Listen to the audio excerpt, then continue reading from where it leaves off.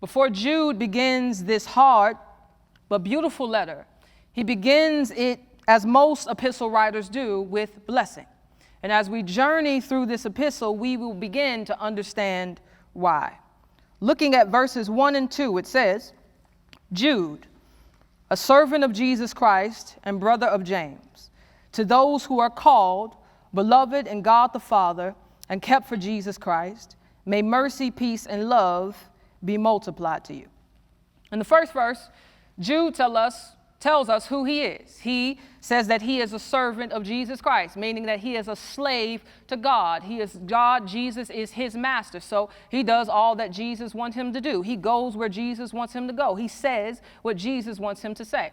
He also says that he is a brother of James. James was a prominent figure in the church of Jerusalem. So to say James's name would have been familiar to his recipients. If you know anything about James, you also know that James was Jesus' brother. So if Jude is James's brother, that means that Jude is also Jesus' brother.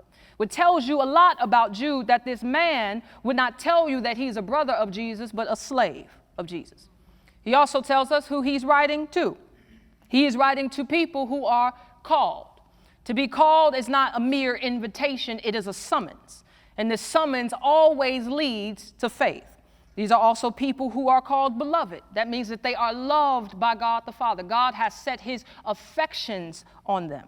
And they are also being kept. To be called automatically makes you kept. God, whom he predestined, he also glorified. Jesus, before he left this earth, he prayed that his disciples would be kept by God.